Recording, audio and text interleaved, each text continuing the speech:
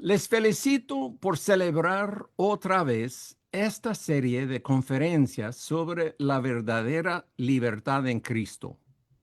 Siempre tiene mucho sentido llamarnos a reflexionar sobre nuestra identidad en Cristo. Y hoy, en medio de discursos de todo tipo sobre la libertad, sobre las prioridades para la vida humana y sobre la mejor manera para organizar y gobernar la vida de las naciones, en medio de todo eso, tiene importancia especial acordarnos del proyecto histórico de nuestro Dios, quien se revela con máxima claridad en la vida, ministerio, muerte y resurrección de Jesucristo. Y dicho sea de paso, por más que nos cueste percibirlo en el polvillo y neblina de los quehaceres cotidianos, el Señor sí tiene un plan para su creación.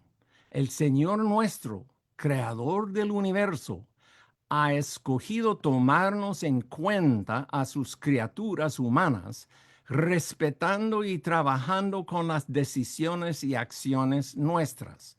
Por tanto, la historia se desarrolla con muchísimos desvíos, atrasos, nuevos comienzos, planchazos, además de sus avances y momentos inspiradores. Frente a la gran mezcolanza que es la historia, por fe confesamos que los reinos de este mundo vendrán a ser el reino de nuestro Señor, quien reinará por los siglos de los siglos. Así dice Juan en Apocalipsis 11, versículo 15. Por fe, decimos que el Señor nos ha regalado un vistazo del fin de la historia hacia el cual caminamos en los dos últimos capítulos de la visión revelada a Juan de Patmos. Lo que allí recibimos son solo pinceladas, pero se trata de la renovación de la tierra, la nueva creación en la cual todas las familias de la tierra caben, tienen lugar y hasta aportan lo mejor de sí. Es un cuadro sin lágrimas y sin muerte. Es un cuadro de abundancia y alabanza, sin nada de los elementos negativos que experimentamos en la realidad nuestra actual. Por otro lado, toda la colección de escrituras que nos lleva a estos últimos capítulos de Apocalipsis enfatiza otro elemento. Tanto en las escrituras hebreas como en el Nuevo Testamento, vemos que el camino de la humanidad hacia esta nueva creación es todo menos recto. Además, los dos testamentos nos presentan la razón por la cual vemos tantas complicaciones y trastornos en el desarrollo de la historia. Es que nuestro Creador ha escogido tomar en serio, pero realmente en serio, la libertad humana, la libertad que el mismo Creador escogió darnos. Por decisión divina, entonces, tenemos libertad. Podemos optar por seguir las instrucciones del Creador o votarlas y hacer lo que nos parezca mejor. La primera pareja puede confiar en la buena intención de quien les ha dado todo bonito o puede lanzarse a investigaciones propias. El primer hijo de ellos puede confiar en la promesa de Dios o puede buscar soluciones con sus propias manos. Y así por el estilo. Como dice el sabio en Proverbios 14, versículo 12, hay camino que al hombre le parece derecho, pero su fin es camino de muerte. Y si bien es cierto que de las malas decisiones nacen buenas anécdotas, también conducen las malas decisiones a muchísimas lágrimas. Perdón. La gran pregunta para la humanidad entera y para cada uno de nosotros es si vamos a dejarnos guiar por los consejos, deseos y instrucciones de Dios o insistir en idear alternativas propias. En las Escrituras vemos un cuadro de cómo las consecuencias inesperadas y negativas pueden dejarnos enchibolados a todos, enredados en hilos negativos creados por nuestras propias decisiones. Pero también es cuadro de cómo nuestro Dios, nuestro buen Dios, se mete en el caos nuestro para ofrecernos salida y nuevo camino. Tal tipo de operativo de rescate es precisamente lo que los evangelios nos describe en sus relatos sobre la vida, muerte y resurrección de Jesús de Nazaret. Nuestro texto lema aparece en la narrativa inspirada de Juan. Marcos, Mateo y Lucas dan prioridad al trabajo de Jesús en Galilea y solo describen experiencia de Jesús en el sur durante la última visita de Jesús a la capital cuando su trayectoria llega a su clímax.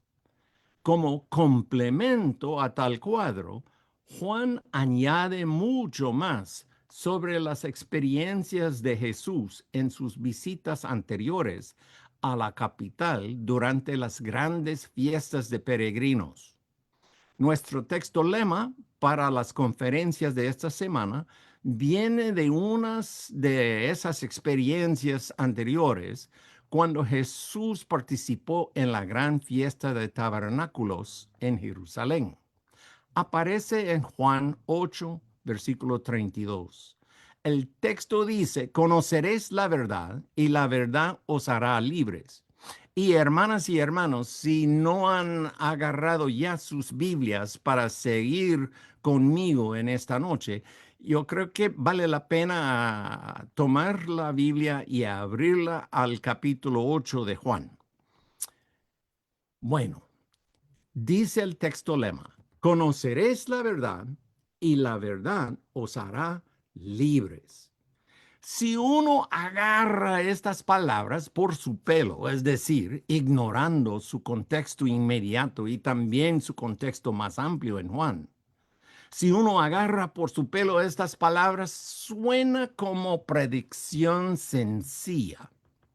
El crecimiento del conocimiento humano nos conducirá a la libertad. Es por eso que el dicho suele encontrarse en los edificios o las entradas principales de las universidades. Y, aunque usted no lo crea, este famosísimo dicho, entendido de esta manera descontextualizada, ha servido desde 1961 como la consigna de la CIA de los Estados Unidos de América. Ahora, es posible que la afirmación sea cierta. En lo personal y en oposición diametral al movimiento MAGA de mi país, yo sí creo en las ciencias. Creo en dos de los tres mosqueteros son científicos, profesores de química orgánica. Nosotros como clan creemos en las ciencias, creo en la investigación. Creo que sí, hay verdades y no solo ejercicios de poder. Creo que se puede descubrir la verdad y por tanto que la búsqueda de la verdad sí es importantísima. Sin embargo, y a pesar del uso de esta afirmación por tantas universidades, Jesús no estaba ofreciendo a sus oyentes una predicción general en Juan 8:32. Lejos de predicción general sobre los beneficios del avance del conocimiento humano, Jesús estaba ofreciéndoles una promesa específica. Para entender tal promesa, tenemos que resistir la tentación de tomar las palabras en forma aislada. Tenemos que fijarnos más bien en su contexto, tanto su contexto en Juan 8 como su contexto en todo el Evangelio de Juan. De hecho, las palabras del versículo 32 no forman ni siquiera una oración completa, sino que son solo una cláusula de la oración más larga y complicada que comienza en el versículo 31. Toda la oración dice así: dijo entonces Jesús a los judíos que habían creído en él: si vosotros permaneciereis en mi palabra, seréis verdaderamente mis discípulos y conoceréis la verdad, y la verdad os hará libres. Examinemos la oración paso por paso para ver su sentido. Con el primer paso, la primera parte, dijo entonces Jesús a los judíos que habían creído en él. Estas palabras nos señalan que lo que Jesús está a punto de decir será parte de una conversación más amplia, una conversación ya comenzada. Tal conversación aparece con unas interrupciones en los capítulos 7 y 8 de Juan. Las obras y las enseñanzas de Jesús habían provocado mucho debate en el pueblo. ¿Sería este el muy anhelado Mesías? ¿O sería otro engañador más, ilusionado por encabezar un movimiento popular de insurrección, pero destinado al fracaso? La segunda mitad del capítulo 7 describe cómo el debate sobre Jesús llegó a la cima del pueblo, el concilio de ancianos, es decir, el Sanedrín. Los miembros del Sanedrín temían que la popularidad creciente de Jesús podría llevar al pueblo a levantarse y echarse contra los romanos. Por eso, en el capítulo 7, versículo 32, optaron por enviar su fuerza de seguridad, la policía del templo, a arrestar a Jesús. Pero les salió el tiro por la culata, ya que la policía regresó en los versículos 45 y 6 con las manos vacías y, peor aún, con el informe siguiente: jamás hombre alguno ha hablado como este hombre. En la reacción del Sanedrín a ese fracaso policial, Juan nos deja ver que hasta ciertos miembros del liderazgo estaban comenzando a creer en el mensaje de Jesús. Bueno, después de una pequeña pero muy interesante interrupción que no vamos a trabajar en esta noche, el capítulo 8 de Juan sigue enfocando la conversación entre Jesús y sus oyentes, incluso algunos de los líderes del pueblo. Como resultado, en Juan 8 y versículo 30, Juan dice que muchos de sus oyentes creyeron en él. Y como vimos, 8:31 comienza con Jesús dirigiéndose a los judíos que habían creído en él. Ahora, momento, existe un peligro de que entendamos mal esta frase. Para nosotros, a esta distancia tremenda de 2000 años, hablar de los judíos significa hablar de la etnia, hablar del pueblo entero. Bien, es posible que Juan quiera hablar así una que otra vez en su evangelio. Pero seamos claros, Juan es judío, Jesús es judío, sus discípulos son todos judíos y casi todos sus oyentes, tanto en Jerusalén como en Galilea, son judíos. Así que la palabra judíos no identifica a nadie en particular si se entiende como referencia étnica.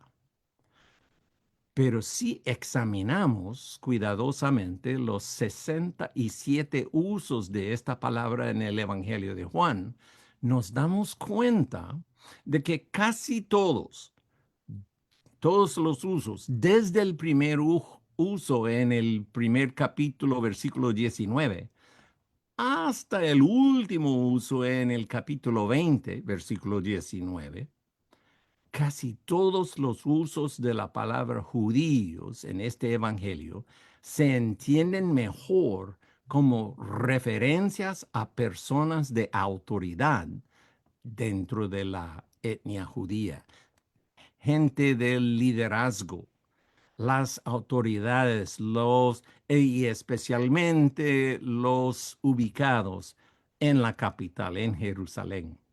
Entonces, lo que Juan dice en capítulo 8, versículo 31, es que los debates y diálogos de los capítulos 7 y 8 dieron como resultado que algunos, hasta de los líderes del pueblo, quedaron convencidos por los dichos y hechos de Jesús.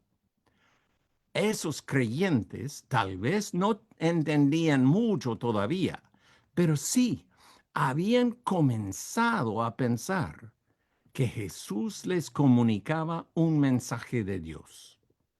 Por tanto, cuando Juan nos dice en el versículo 32 que Jesús respondió a los judíos que habían creído en él, nos invita a reconocer que aquí la enseñanza estaba dando un paso adelante, cambiando a otro nivel.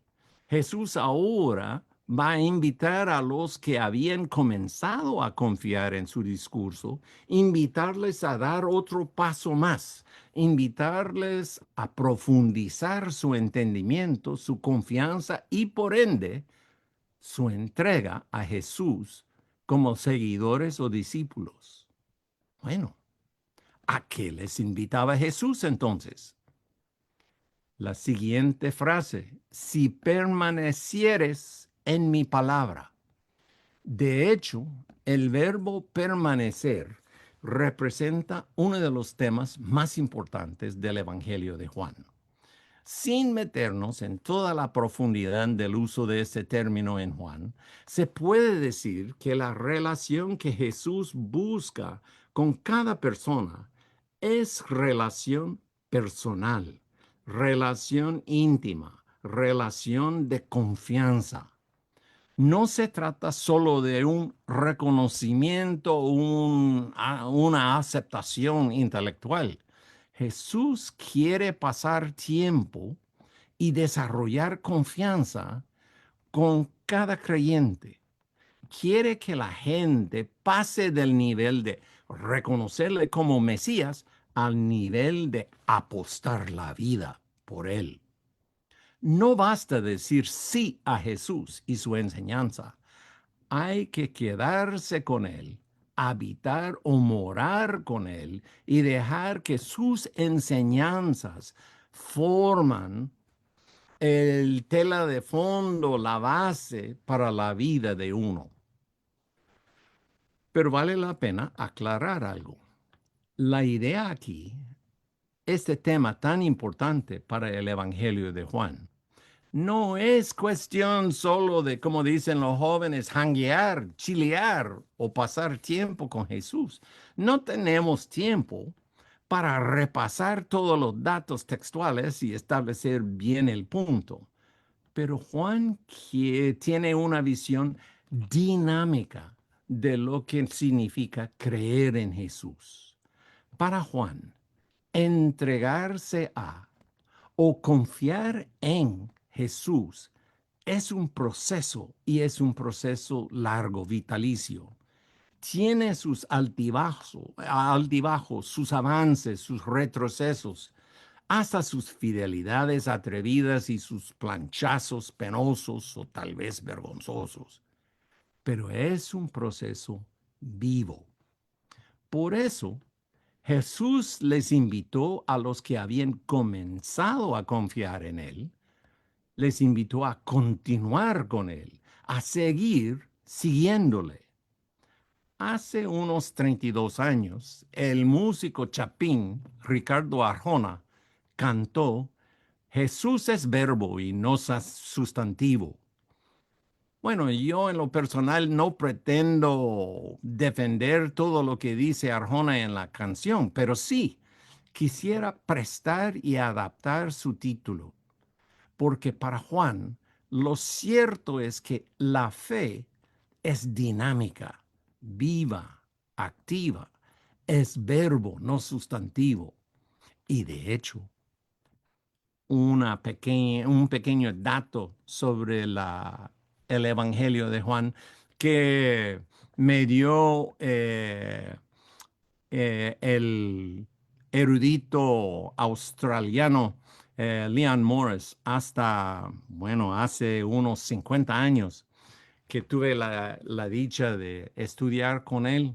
Dice, el verbo creer aparece en el Evangelio de Juan casi 100 veces, 98 si no me recuerdo mal, pero el sustantivo fe no aparece en el griego del Evangelio de Juan ni una sola vez.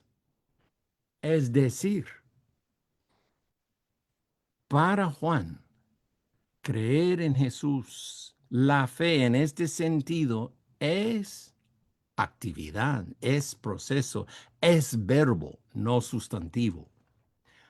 Ahora, la frase siguiente de nuestro texto lema, conoceréis la verdad y la verdad os hará libres. Bueno, si confiar en Jesús es un proceso dinámico que dura toda la vida, es también un proceso que nos lleva a conocer la verdad y por ende entrar en verdadera libertad. El próximo punto en entender la oración de los versículos 31 y 2, entonces, es entender cómo Juan maneja el concepto de la verdad en su evangelio. Es otro de los temas y términos más importantes del libro. Bien podríamos dedicar toda la sesión de esta noche solo a desglosar o desempacar su sentido. Sin embargo, perdón, sin embargo, la clave de todo puede encontrarse fácilmente en el famosísimo dicho de Jesús en el aposento alto en su última noche con los suyos.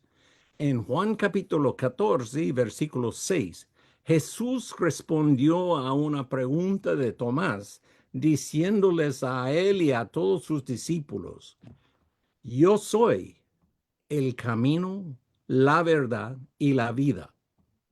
En resumidas cuentas, desde el principio del Evangelio hasta el final, Juan nos presenta a Jesús mismo como el agente de la creación, como lleno de verdad, como verdadera manifestación y presencia de Dios en el mundo, como a fin de cuentas, la verdad. Llevando este entendimiento de verdad a nuestro texto lema, Jesús estaba prometiendo a los que habían comenzado a creer en su palabra que ellos podrían desarrollar una relación íntima con Él, con el Dios creador del universo, al continuar morando en su mensaje y buscando vivir su palabra. Más tarde en el Evangelio, Jesús expresa algo similar a sus propios discípulos cuando los prepara a enfrentar su ausencia física después de la cruz.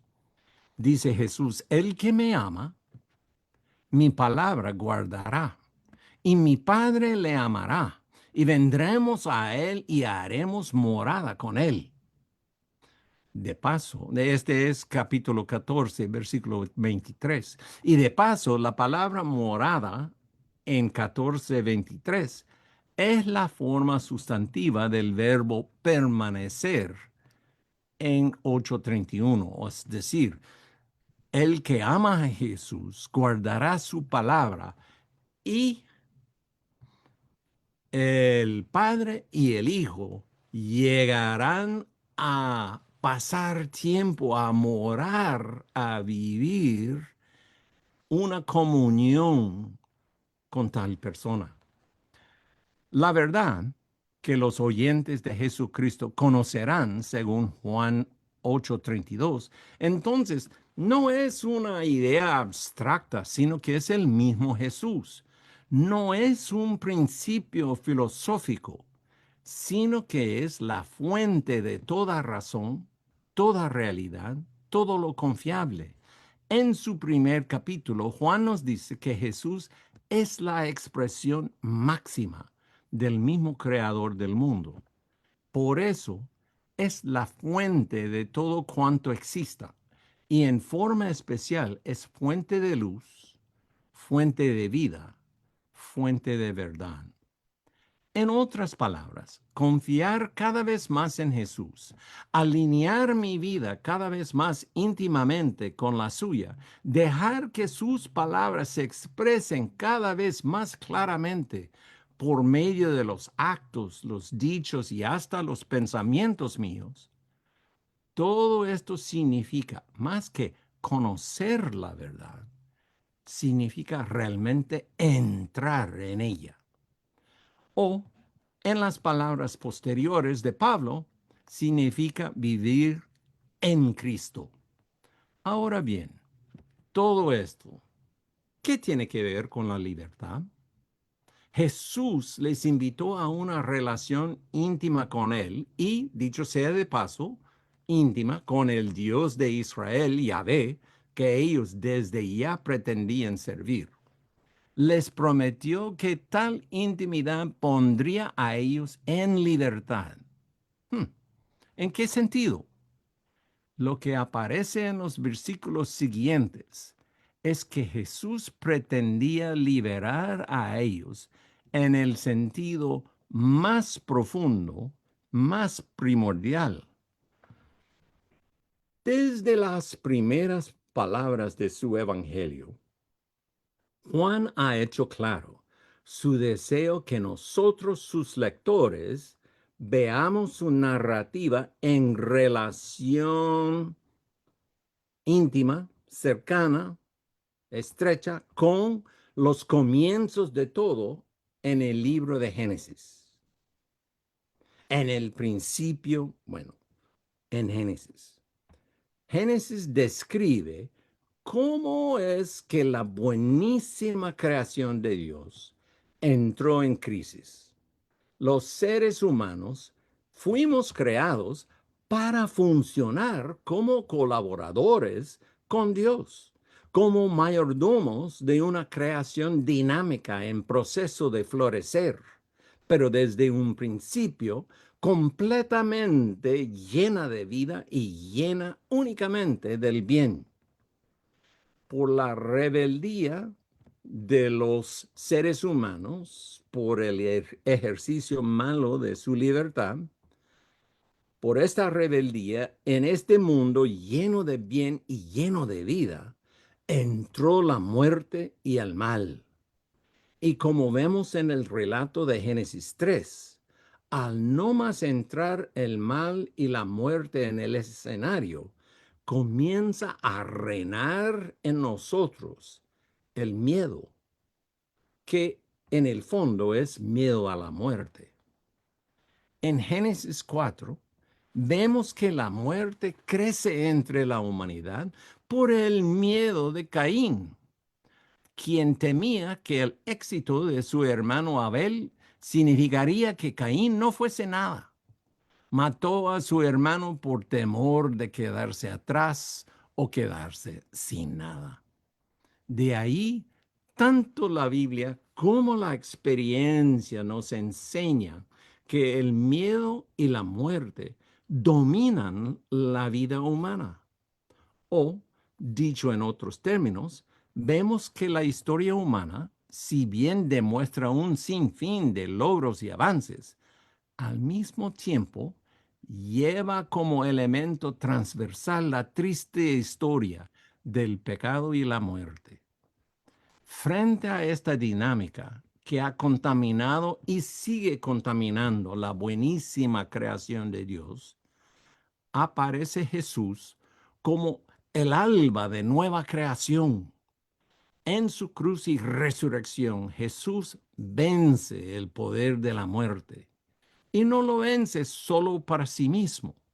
Como la expresión de Dios, la encarnación del amor de Dios creador, Jesús nos ofrece a los seres humanos el perdón de nuestros pecados, la transformación hasta de nuestra pecaminosidad y una vida más allá de la muerte.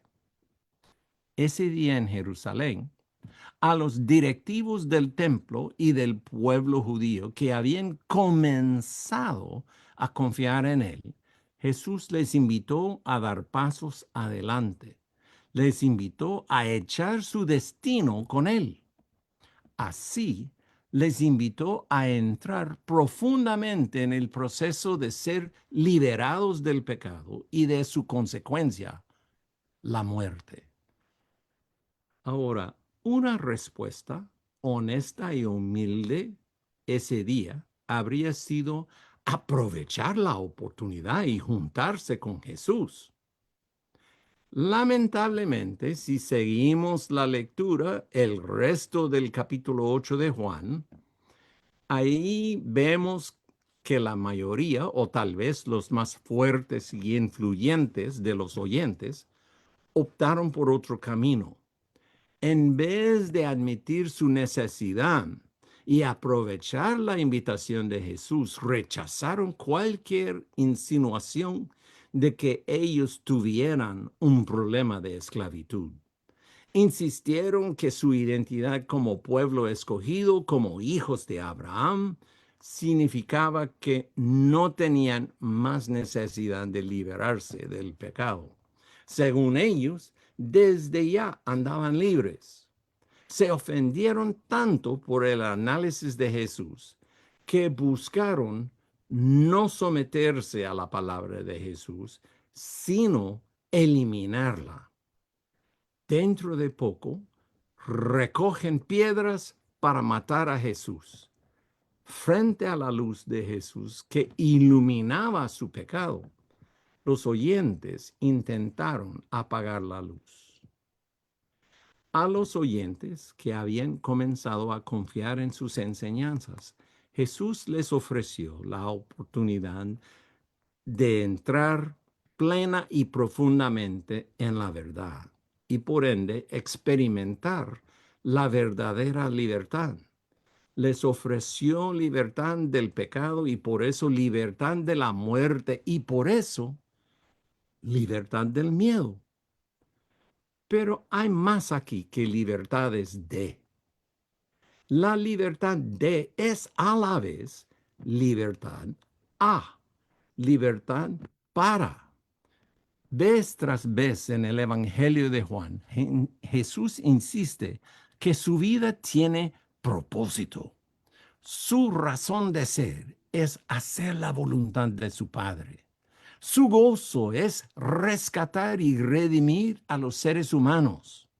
Y, dicho sea de paso, con nosotros rescatar y redimir, es decir, a la par de nosotros, reclutando a nosotros, sus seguidores, rescatar y redimir también a la creación entera. El deseo del Padre es vida y vida abundante. El deseo y la vocación de Jesús es igual.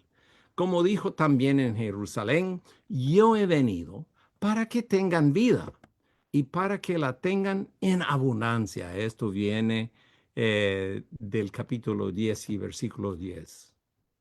En un momento anterior, en Samaria, Jesús les dijo a sus discípulos incluso que lo que le alimentaba era lograr los propósitos de Dios. Mi comida es que haga la voluntad del que me envió y que acabe su obra en 4:34. La vida de Jesús tenía como propósito hacer posible la redención de la creación contaminada por el pecado humano, así iniciando la nueva creación.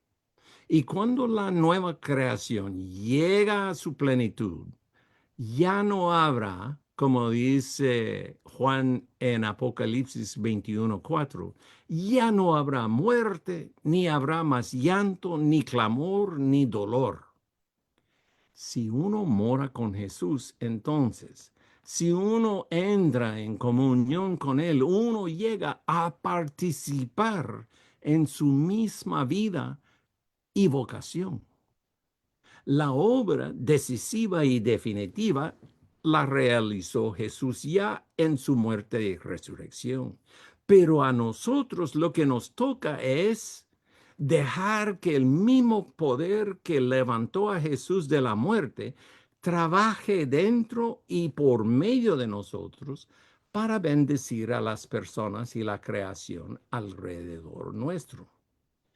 Escoger esto, hacer tal opción, es vivir la verdadera libertad, es vivir para, es hacer uso de lo que Dios nos ha dado en la creación original por medio de lo que Dios nos da en la nueva creación en Jesús, para cumplir con los propósitos originales y finales de Dios. Es dedicar nuestras vidas al cumplimiento de la voluntad de Dios en la tierra. Es invertirnos verdaderamente en lo que el mismo Jesús nos enseñó a pedir. Padre nuestro que estás en los cielos, santificado sea tu nombre. Venga tu reino. Hágase tu voluntad, como en el cielo, así también en la tierra.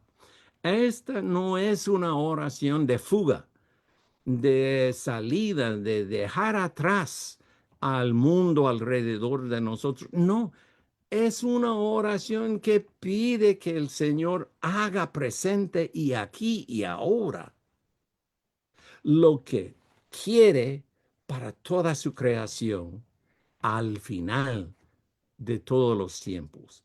Es decir, apurar la historia, adelantar la historia para ver ya la justicia de Dios, el reino de Dios presente en nosotros y alrededor de nosotros.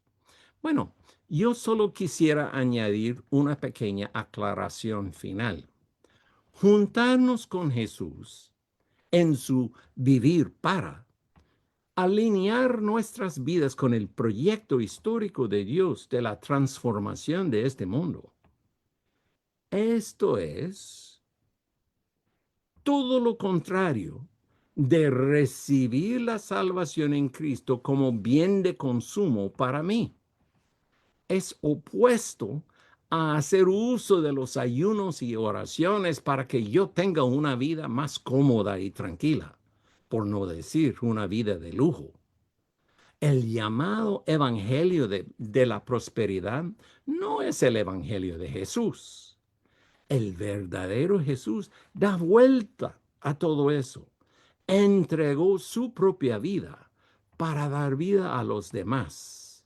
Nos invita a vivir de manera semejante, prestándonos al servicio de su Padre, quien quiere bendecir no solo a nosotros, sino a todas las familias de la tierra.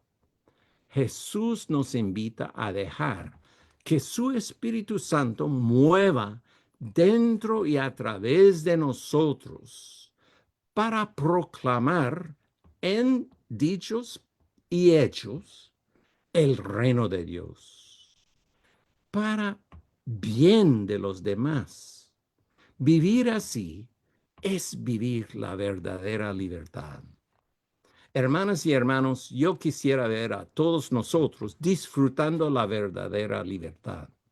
A través del relato inspirado del Evangelio de Juan, la invitación que Jesús extendió aquel día, esta invitación queda abierta hoy. No somos dirigentes del pueblo antiguo de Israel, pero sí, como ellos, vivimos en un mundo contaminado por el pecado y por eso vivimos bajo la amenaza de la muerte. Como Jesús invitó a ellos, también nos invita a nosotros. Si se mantienen fieles a mis enseñanzas, serán realmente mis discípulos y conocerán la verdad y la verdad los hará libres.